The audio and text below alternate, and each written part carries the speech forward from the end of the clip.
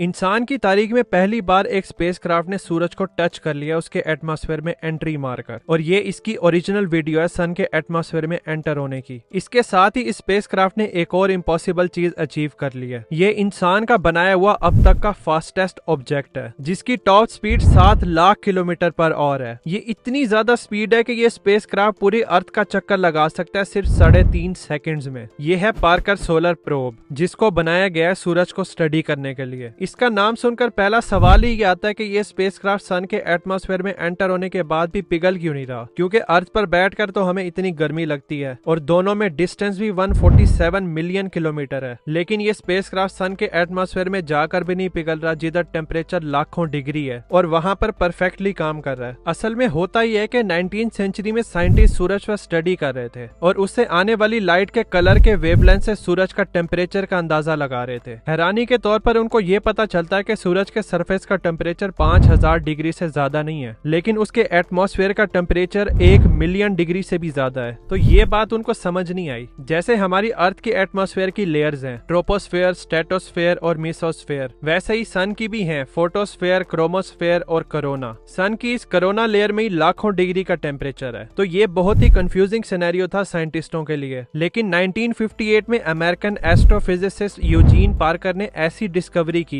जिसने इन सभी सवालों का जवाब दे दिया। हाँ, ये वही पार्कर हैं जिनके नाम पर इस स्पेसक्राफ्ट को बनाया गया है, पार्कर सोलर प्रोब। पार्कर ने एक ग्राउंड ब्रेकिंग पेपर पब्लिश किया जिसका नाम था dynamics of interplanetary gas and magnetic field. इसमें इन्होंने बताया कि सूरज हर वक्त अपने अंदर से चार्ज पार्टिकल्स एमिट करता रहता है स्पेस में, जिसको कहा जाता है सोलर विंड, और ये मेनली प्रोटॉन्स और इलेक्ट्रॉन्स होते हैं। इन्हीं चार्ज पार्टिकल के निकलने की वजह से सूरज के एटमॉस्फेयर का टेम्परेचर लाखों डिग्री है। लेकिन उनके इस काम को शुरू में कोई अहमियत नहीं मिली और सब मोस्टली इग्नोर ही कर देते हैं। लेकिन बाद में साइंटिस्ट कंफर्म करते हैं कि सोलर विंड वाकई एग्जिस्ट करती हैं, और पार्कर का ये काम फाउंडेशन बना सूरज की बेसिक अंडरस्टैंडिंग के लिए। ये तो क्लियर हो गया था कि सोलर विंड्स एग्जिस्ट करती हैं, लेकिन ये नहीं पता था कि ये क्यों एग्जिस्ट करती हैं और इसका फिनोमिना क्या है। इसको स्टडी करने के लिए नासा ने स्पेसक्राफ्ट बनाने का सोचा जो सन के एटमॉस्फेयर में जाएगा और स्टडी करेगा। लेकिन सूरज के एटमॉस्फेयर में टेम्परेचर लाखों डिग्री था, तो इस स्पेसक्राफ्ट को इस तरीके से डिजाइन करना था कि ये मेल्ट ना हो। इसके लिए साइंटिस्टों ने बहुत ही यूनिक डिजाइन तैयार किया। इस प्रोब के आगे एक कार्बन शील्ड लगाई गई है हीट से बचाने के लिए। इस शील्ड की खास बात यह है कि इसको स्पेशली लैब में डिजाइन किया गया है कार्बन फोम से। ये कार्बन फोम अंदर से 97% खाली है ताकि ज्यादा हीट इसके अंदर ट्रैप ही ना हो और ये एक इंसुलेटर के तौर पर काम कर सके। फिर इस फोम के दोनों तरफ carbon carbon composite key layer लगाई गई है जिसको ग्रेफाइट और रेजन से बनाया गया है। फिर इस मिक्सचर को वो सुपर हीट करते हैं ताकि कार्बन अपनी प्योर फॉर्म में आ जाए, और फाइनली एक व्हाइट सिरेमिक पेंट इस शील्ड के फ्रंट साइड पर लगाया जाता है जिसने सूरज को फेस करना था ताकि मैक्सिमम हीट रिफ्लेक्ट हो सके कार्बन फॉर्म में एंटर होने से पहले ही। इसी शील्ड की वजह से ये स्पेसक्राफ्ट हाई टेम्परेचर को बर्दाश्त कर सकता है। इस प्रोब के सारे इंस्ट्रूमेंट इस शील्ड के पीछे छुपे हुए हैं ताकि वो डैमेज न हो सके। इसके साथ ही पार्कर सोलर प्रोब में एक्टिव कूलिंग सिस्टम भी लगाया गया है जो इसके इंस्ट्रूमेंट को सेफ रखता है। जब पार्कर सूरज के करीब आता है तो ये सिस्टम पानी को एक्टिवली स्पेसक्राफ्ट में सर्कुलेट करता है जिसकी वजह से एक्स्ट्रा हीट भी खत्म हो जाती है। बाकी इस स्पेसक्राफ्ट में सेंसर लगाए गए हैं डिफरेंट टास्क को परफॉर्म करने के लिए और सन को स्टडी करने के लिए। इस सन को पावर देने के लिए 2 बड़े सोलर पैनल्स भी लगे हुए हैं। ये पैनल्स पूरी तरह खुले होते हैं जब प्रोब सन से काफी दूर होता है, लेकिन जब ये प्रोब सन के ज्यादा करीब आता है तो मोटर के जरिए ये सोलर पैनल शील्ड के पीछे छुप जाते हैं ताकि वो मेल्ट ना हो सके। सोलर पैनल का ऊपर वाला थोड़ा सा हिस्सा नजर आ रहा होता है जिधर से ये एनर्जी लेते हैं, जो कि बहुत होती है स्पेसक्राफ्ट और इसके इंस्ट्रूमेंट को पावर देने के लिए। अब बारी आती है पार्कर को स्पेस में लॉन्च करने की। 12 अगस्त 2018 को इस प्रोब को स्पेस में लॉन्च कर दिया जाता है। सबसे मुश्किल टास्क यही था कि इसको सूरज की ऑर्बिट में किस तरह लेकर जाएं। अर्थ से सन का डिस्टेंस 147 मिलियन किलोमीटर है। ये तो नहीं होता कि स्पेसक्राफ्ट में इतना फ्यूल हो के वो 147 मिलियन किलोमीटर का डिस्टेंस ट्रेवल कर सके स्पेस में।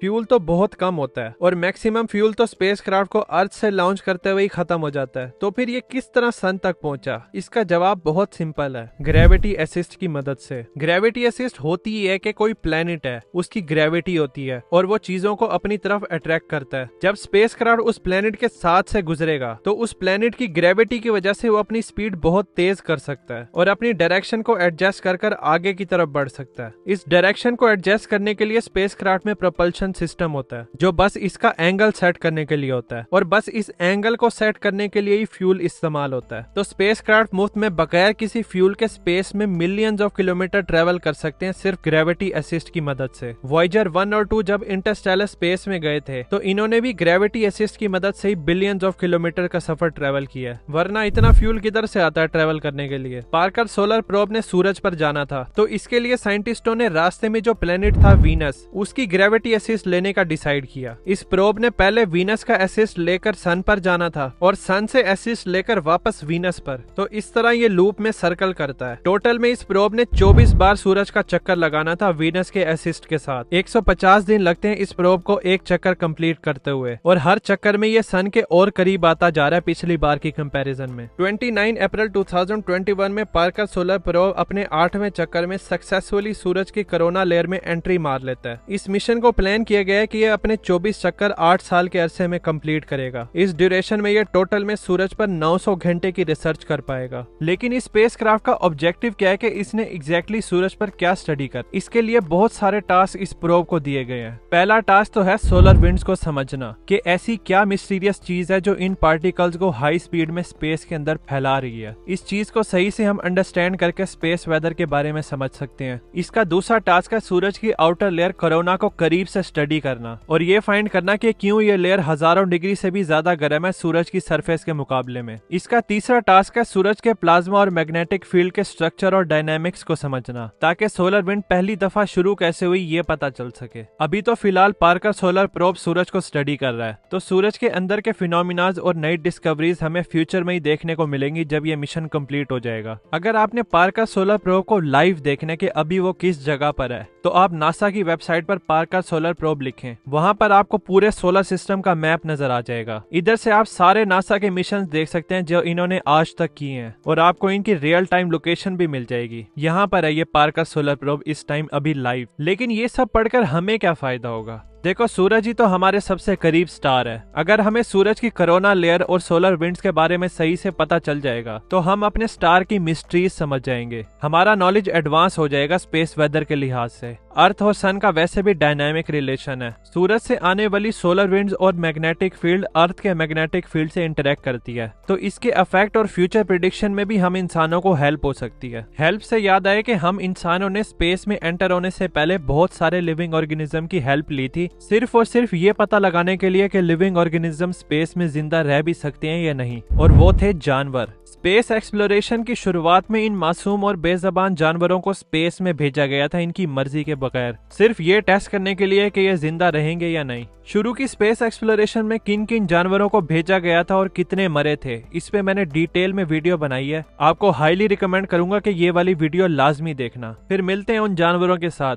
Thanks for watching.